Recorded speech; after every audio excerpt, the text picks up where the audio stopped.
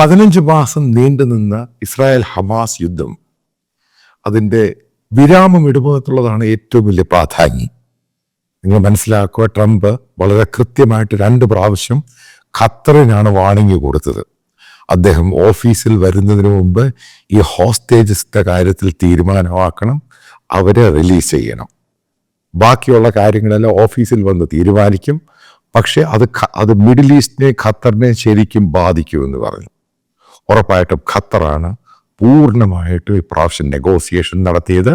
അവസാനം ഖത്തർ പ്രധാനമന്ത്രി നേരിട്ടാണ് ഹമാസുമായിട്ട് നെഗോഷിയേറ്റ് ചെയ്തത്. മനസ്സിലാക്കുക, ഇത് ജൂലൈയിലുണ്ടാക്കിയ അമേരിക്കയും ഖത്തറും ഒക്കെ മുൻകൈ എടുത്തുണ്ടാക്കിയ കരാറായിരുന്നു ഈ പറയുന്ന ഇസ്രായേലും ഹമാസുമായിട്ടൊക്കെ ചേർന്ന്. പക്ഷെ ഇതിൻ്റെ അകത്തുനിന്ന് പല കാരണങ്ങളാൽ 2 കൂട്ടരും പിന്മാറിപ്പോയി. പിന്നീട് അതേ കരാർ തന്നെയാണ് ഇപ്പോൾ ഇംപ്ലിമെൻ്റ് ചെയ്യാൻ പോകുന്നത്. പക്ഷേ എനിക്ക് ഈ കരാറിൻ്റെ അകത്ത് ചില സംഭവങ്ങളുണ്ട്. ഇത് സെക്കൻഡ് ഫേസ് ആവുമ്പോൾ, അതായത് ഇപ്പോഴ് അമേരിക്കൻ പ്രസിഡന്റ് ബൈഡൻ കൊടുത്ത പ്രസ്താവന എന്ന് പറയുന്നത്, അതായത് 2ാമത്തെ ഫേസ്, അതായത് 6 ആഴ്ച കൊണ്ടാണ് ഇത് കംപ്ലീറ്റ് പൂർത്തിയാകുന്നത്. 2ാമത്തെ ഫേസോടുകൂടി അമേരിക്കയിലെ ചില സൈനികരുണ്ട് അവിടെ, ജൂയിഷ് ആയിട്ടുള്ളവർ, അതേപോലെ തന്നെ ഇസ്രായേലി സൈനികരുണ്ട് ഈ പാർട്ടിയിൽ പങ്കെടുക്കാൻ പോകുന്നവർ. അവരെ ഉൾപ്പെടെ മുഴുവൻ പേരെ റിലീസ് ചെയ്യുമെന്നാണ് പറഞ്ഞിരിക്കുന്നത്. ഇത് മനസ്സിലാക്കുക, അമേരിക്ക ട്രംപിൻ്റെ സ്പെഷ്യൽ എൻവോയി ആയിട്ട്, മിഡിൽ ഈസ്റ്റ് എൻവോയി ആയിട്ട് ഈ ചർച്ചയിൽ ഉടനീളം പങ്കെടുത്തത്, അതായത് വരാൻ പോകുന്ന പ്രസിഡന്റിൻ്റെ മിഡിൽ ഈസ്റ്റ് എൻവോയ് എന്ന് പറയുന്ന സ്റ്റീഫൻ സി വിറ്റ്കോക്കാണ്. അദ്ദേഹം ഈ ഇസ്രായേലി പ്രധാനമന്ത്രിയുമായിട്ട് പല ആവർത്തി സംസാരിച്ചു. 11-ാം തീയതി അദ്ദേഹം നേരിട്ട് കാണാൻ പോവുകയാണ്, അതായത് അടുത്ത മാസം. അതായത് കഴിഞ്ഞ ഈ 11-ാം തീയതി അദ്ദേഹം നേരിട്ട് ബെഞ്ചമിൻ നെതന്യാഹുവിനോട് സംസാരിച്ചു, ഇതുമായിട്ടുള്ള കാര്യങ്ങൾ ഡിസ്കസ് ചെയ്തു, ഇങ്ങനെയാണ് പോകുന്നത് ഉള്ള കാര്യങ്ങളൊക്കെ ഒരു ബ്രീഫ് ചെയ്തു. ഈ സമയത്ത് മനസ്സിലാക്കാൻ സാധിക്കുന്നത്, അതായത് നിങ്ങൾ മനസ്സിലാക്കാൻ പ്രധാനപ്പെട്ട പോയിന്റ്, ട്രംപ് കൊടുത്തിരിക്കുന്ന പ്രോമിസ് എന്ന് പറയുന്നത്, ഇസ്രായേലിന് കൊടുത്തിരിക്കുന്ന പ്രോമിസ്, അതായത് ഇസ്രായേൽ നേരത്തെ പ്രധാനമന്ത്രി പറഞ്ഞിരുന്നു, ഒരു ഹമാസുകാരനും ഭൂമിയിൽ വെച്ചുകൊണ്ടിരിക്കില്ല, അവരെ കൊല്ലും. അതായത് അതിനുശേഷം മാത്രമേ ഇസ്രായേലി വാർ നിർത്തുകയുള്ളൂ എന്ന് ബെഞ്ചമിൻ നെതന്യാഹു സ്റ്റേറ്റ്മെന്റ് കൊടുത്തിരുന്നത്. സത്യമാണ് സംഭവം.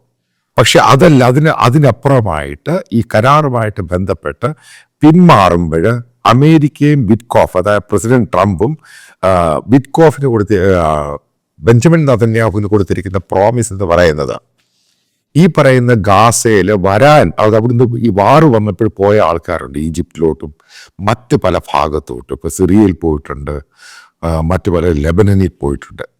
ഇവരെ തിരിച്ച് ഗാസയിൽ കൊണ്ടുവരില്ല, 1ാമത്തെ ഉറപ്പ് കൊടുത്തിട്ടുണ്ട്. അതേപോലെ തന്നെ ഇതിൻ്റെ ഗാസയുടെ റീകൺസ്ട്രക്ഷൻ, അതായത് അവിടുത്തെ 82% ബിൽഡിങ്ങുകൾ തകർന്നുപോയി. ഇവർ പല ടെൻറ്റുകളിലായിട്ടാണ് താമസിക്കുന്നത്. അതിൻ്റെ റീകൺസ്ട്രക്ഷൻ പെട്ടെന്ന് സ്റ്റാർട്ട് ചെയ്യുകയില്ല. അത് സ്റ്റാർട്ട് ചെയ്യുന്നത് ഒരിക്കലും ഹമാസ് ആയിരിക്കുകയില്ല. ഇതൊന്നും ഈ കരാറിനകത്ത് പറഞ്ഞിട്ടില്ല. ഓക്കെ, ഇതൊക്കെ ആൾക്കാർ കേരളത്തിലെ സുഡൂക്കൾ ഇങ്ങനെ പറഞ്ഞുകൊണ്ട് നടക്കുകയാണ്. കാരണം അതിലൊന്നും ഒരു തീരുമാനമായിട്ട്, അതിനകത്ത് അമേരിക്ക പറയുന്ന കൃത്യമായ സംഭവം ഇന്ന് NBC, നാഷണൽ ബ്രോഡ്കാസ്റ്റിംഗ് ചാനൽ, അമേരിക്കയുടെ ന്യൂസ് ചാനലാണ്, അവരത് പ്രക്ഷേപണം ചെയ്തു. നിങ്ങളത് ഗൂഗിളിൽ പോയാൽ കണ്ടാൽ സാധിക്കും. അത് കോട്ട് ചെയ്ത് ടൈംസ് ഓഫ് ഇസ്രായേലും അതിനെപ്പറ്റി വാർത്ത കൊടുത്തിട്ടുണ്ട്. എന്താണ് ട്രംപ് കൊടുത്തിരിക്കുന്ന പ്രോമിസ്?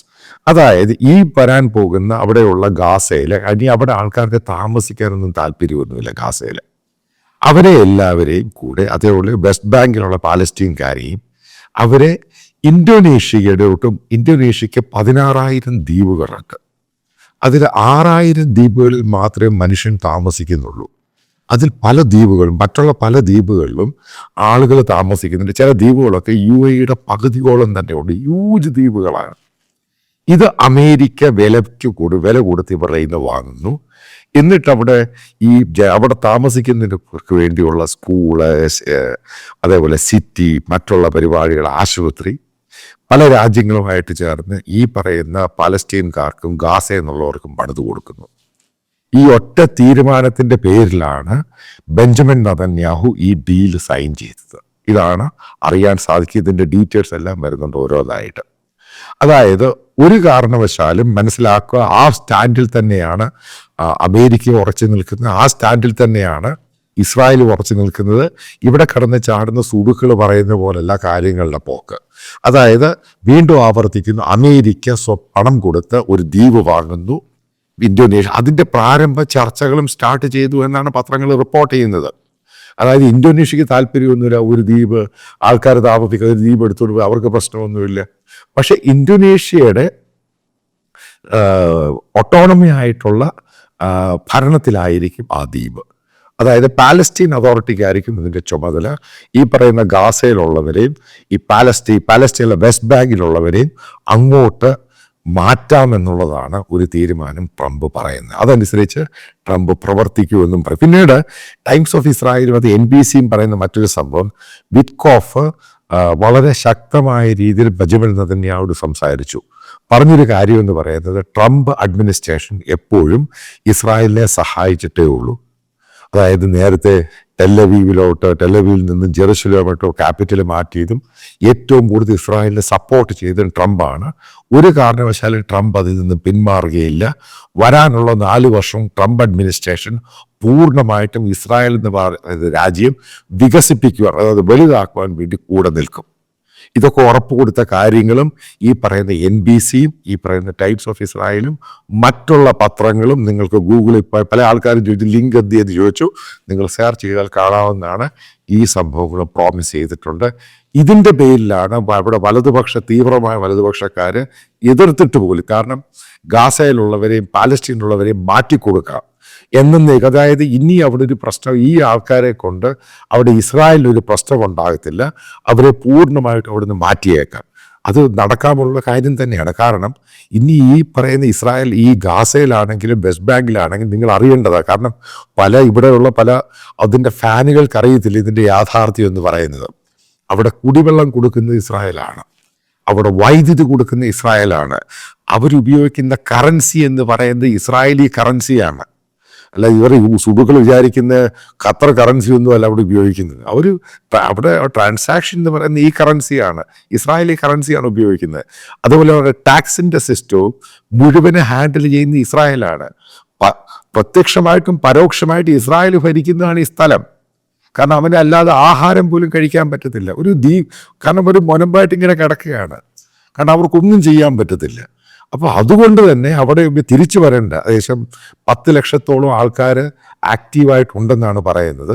അതേപോലെ ഏകദേശം 3-4 ലക്ഷം ആൾക്കാർ അവിടെ വിട്ടുപോയി, പല രാജ്യങ്ങളിലോട്ട് അഭയാർത്ഥികളായിട്ട് പോയിട്ടുണ്ട്.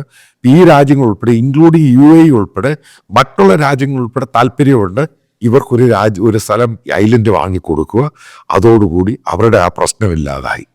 ഇത് ബെഞ്ചമിൻ നെതന്യാഹു ടെക്നിക്കലി എഗ്രി ചെയ്തു എന്നാണ് അറിയാൻ സാധിക്കുന്നത്. അവരോട് ഇതിനെപ്പറ്റി വളരെ ദീർഘമായിട്ട് സ്റ്റീഫൻ സി വിറ്റ്കോക്ക് സംസാരിച്ചു, ട്രംപ് ടെലിഫോണിൽ സംസാരിച്ചു.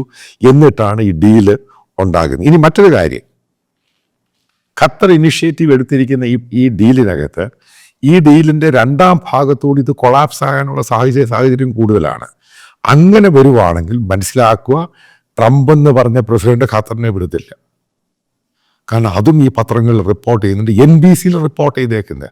ഒരു കാരണവശാലും ഖത്തറുമായിട്ട് പിന്നെ യോജിച്ച് പോവുകയില്ല അമേരിക്ക. അതുകൊണ്ട് എന്ത് വില കൊടുത്തു, അതായത് ഈ 3ഓളം പേരുടെ പേര് കൊടുക്കാൻ ലേറ്റായി കഴിഞ്ഞപ്പം ഇസ്രായേൽ തന്നെ പറഞ്ഞ് ഞങ്ങൾ സീസ്ഫയറിൽ നിന്ന് പിന്മാറുമ്പം പെട്ടെന്ന് ഖത്തർ ഇടപെട്ടിട്ടാണ് ഈ പറയുന്ന ഹോസ്റ്റേജസിൻ്റെ ലിസ്റ്റ് പെട്ടെന്നായിട്ട് കൊടുക്കുന്നത്. കാരണം ഇപ്പോഴും അതിൻ്റെ പല റിപ്പോർട്ടുകൾ പറയുന്നത് ഈ ഹോസ്റ്റേജസിനെ പല ഭാഗത്തായിട്ട് ഈ ഗാസയുമായിട്ട് ഈജിപ്തുമായിട്ട് ഫിലഡൽഫിയ എന്ന് പറഞ്ഞാൽ മൊലമ്പിൻ്റെ അകത്തോട്ട് കയറി അവിടെ ടണലുണ്ടാക്കിയിട്ട് ഈജിപ്തിനകത്തായിരുന്നു എന്നാണ് ഇവർ പറയുന്നത്. അതാണ് ഇവർക്ക് ഇത്രയും സമയം വേണം ഇവരെ റിലീസ് ചെയ്യാൻ. അപ്പം അതിനെപ്പറ്റിയുള്ള ഉറപ്പായിട്ടും ഇതിനെപ്പറ്റി അന്വേഷണം ഉണ്ടാകും. അപ്പോൾ ആദ്യം ട്രംപ് പറഞ്ഞ് ആദ്യം ഇവരെ റിലീസ് ചെയ്യുക, മറ്റുള്ള കാര്യങ്ങളെല്ലാം നമുക്ക് ആലോചിച്ച് തീരുമാനിക്കാം. അവിടെ റീബിൽഡിങ്ങോ ആ സംഭവങ്ങളൊന്നും ഒരു കാരണവശാലും ഹമാസ് ഉണ്ടാകത്തില്ല. ഹമാസിനെ നശിപ്പിക്കാൻ അമേരിക്കയും കൂടെ നിൽക്കും എന്നുള്ള ഉറപ്പ് ട്രംപ് ബെഞ്ചമിൻ നെതന്യാഹുവിനും ഇസ്രായേലി ക്യാബിനറ്റിനും കൊടുത്തിട്ടുണ്ട്. അതായത് സുഡുക്കൾ മനസ്സിലാക്കുക, എൻ്റെ ഒരു അനലൈസ് അനുസരിച്ച് ബെഞ്ചമിൻ നെതന്യാഹു പറഞ്ഞ ആ സംഭവത്തിൽ തന്നെ ഉറച്ചു നിൽക്കുന്നു. അതായത് ഇനി അവിടെ ഗാസയിൽ ഇവിടെ ആൾക്കാരുണ്ടാകില്ല. കാരണം അതിൻ്റെ പോസ്റ്റ് വാറുമായിട്ട് ബന്ധപ്പെട്ട് വാറിന് ശേഷമുള്ള റീബിൽഡ് സംഭവത്തിലും അതുണ്ടാകുകയില്ല. കാരണം അവരെ ഈ പറയുന്ന ഈ ഗാസയിലുള്ളവരെ തിരിച്ച് ഈ ദ്വീപിലോട്ട് അയക്കാൻ പോവുകയാണ്. ഈ ഗാസ പൂർണ്ണമായിട്ട് ഇസ്രായേൽ ഏറ്റെടുക്കാൻ പോവുകയാണ്. അപ്പോൾ ഇപ്പോഴും ടെമ്പററി ആയിട്ടുള്ളൊരു രീതിയിലാണ് ഈ സൈന്യം അവിടെ പിന്മാറുന്നത്. അത് മാത്രമാണ് അവർ പറയുന്നത്. ബാക്കിയുള്ള കാര്യങ്ങളെല്ലാം രണ്ടാമത്തെ ഈ 6 ആഴ്ച രണ്ടാമത്തെ ഫേസ് കഴിയുമ്പോൾ കൃത്യമായിട്ട് എന്താണ് നടന്നതെന്ന് നമുക്ക് പിടികിട്ടും. അപ്പോഴത്തേക്ക് ഇതിനൊരു ധാരണയാകും. അതിനും ഈ പറയുന്ന അറേബ്യൻ രാജ്യങ്ങളെ ഉപയോഗിച്ചിട്ട് തന്നെയാണ് ഇവിടെയുള്ള പലസ്തീൻകാരെയും ഗാസക്കാരെയും ഈ ഇന്തോനേഷ്യയിലോട്ട് ദ്വീപിലോട്ട് മാറ്റുന്നത്. അപ്പം ഇപ്പോൾ അതായത് ഒരു കാര്യം മനസ്സിലാക്കുക, ജിയോ പൊളിറ്റിക്സിനകത്ത് ഇങ്ങനെയുള്ള സംഭവങ്ങൾ നേരത്തെയോ ഉണ്ടായിട്ടുണ്ട്. ഇനി ഒരു ഫർദറായിട്ട് പാലസ്തീൻ ഇഷ്യൂ അവിടെ എക്സിസ്റ്റ് ചെയ്യുമോ ഇല്ലയോ എന്നുള്ളതാണ് ചോദ്യം. ഇതോടുകൂടി ചിലപ്പോൾ ട്രംപിൻ്റെ വരവോടുകൂടി പാലസ്തീൻ ഇഷ്യൂയും ഗാസ ഇഷ്യൂയും ഈ സംഭവങ്ങൾ എന്നത്തേക്കുമായി തീരും.